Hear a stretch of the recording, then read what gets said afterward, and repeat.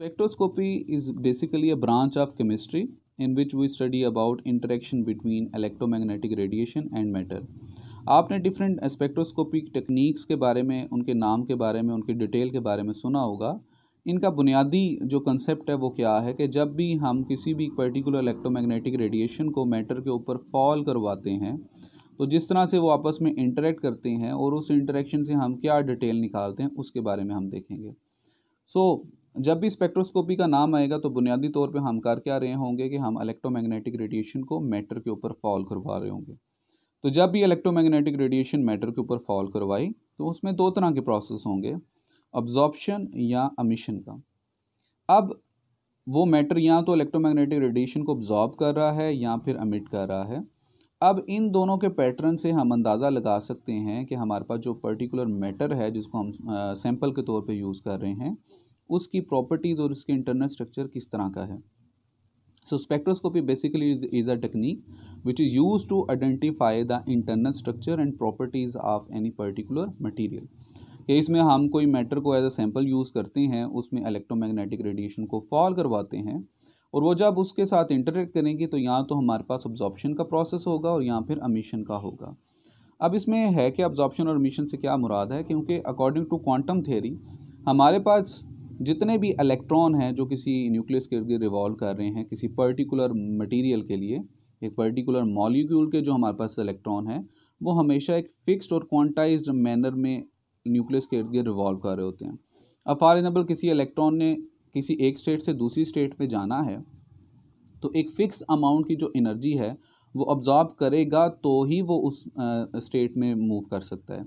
Same इसी तरह जब कोई भी इलेक्ट्रॉन एक हायर स्टेट से लोअर स्टेट में आना चाहता है तो वो एक फिक्स्ड अमाउंट की एनर्जी जो है वो रिलीज़ करेगा। वो डिपेंड करता है वो कौन सी स्टेट से कौन सी स्टेट में आ रहा है। तो हर एक मॉलिक्यूल के लिए जो हमारे पास इलेक्ट्रॉन की एक एनर्जी होती है दो स्टेट के दरमियान वो फिक्स्ड होती है, वो क्वांटाइज्ड होती है। तो अब अगर हमने एक सैंपल के ऊपर इलेक्ट्रोमैग्नेटिक रेडिएशन को फॉल करवाया और उसने कुछ खास एनर्जी को ऑब्जॉर्ब किया, अब कितनी एनर्जी ऑब्जॉर्ब हुई है वो उससे हम अंदाज़ा लगा सकते हैं कि ये जो मैटर है किस तरह के मॉलिक्यूल से मिलके बना है।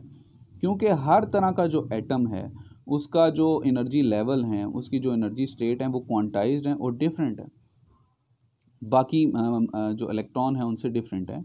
तो इससे हम अंदाज़ा लगा सकते हैं कि कोई एटम कितनी एनर्जी को ऑब्जॉर्ब कर रहा है, उससे हम उसको रिकग्नाइज़ कर सकते हैं कि ये किस पर्टिकुलर टाइप का जो हमारे पास है एटम है, just by absorbing the energy absorb.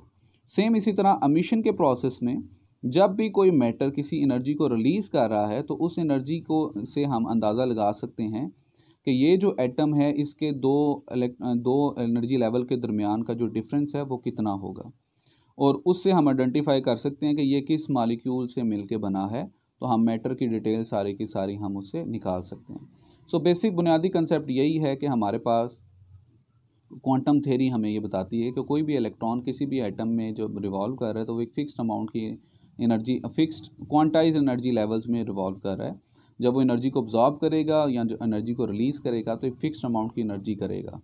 उस एनर्जी से ऑब्जॉर्ब होने वाली या एमिट होने वाली एनर्जी से हम अंदाज़ा लगा सकते हैं कि इस पर्टिकुलर एटम के एनर्जी लेवल के दरमियान किस तरह के डिफरेंस हैं और उस एनर्जी लेवल की डिटेल से हम उस एटम के नेचर के बारे में आइडेंटिफाई कर सकते हैं और फिर हम मैटर की डिफरेंट प्रॉपर्टीज़ को एक्सप्लेन कर सकते हैं। So this is all about spectroscopy, जिसमें हम इंटरेक्शन पढ़ते हैं इलेक्ट्रोमैग्नेटिक रेडिएशन का और मैटर का। इसमें दो प्रोसेस होते हैं, जब भी इलेक्ट्रोमैग्नेटिक रेडिएशन मैटर के साथ इंटरेक्ट करेगी, या अब्जॉर्प्शन का या एमिशन का। अब्जॉर्प्शन और एमिशन दोनों एनर्जी के जो हमारे पास एक पैटर्न बन रहे होते हैं उससे हम आइडेंटिफाई कर सकते हैं कि कोई पर्टिकुलर मटेरियल किस तरह के एटम से मिलकर बना है।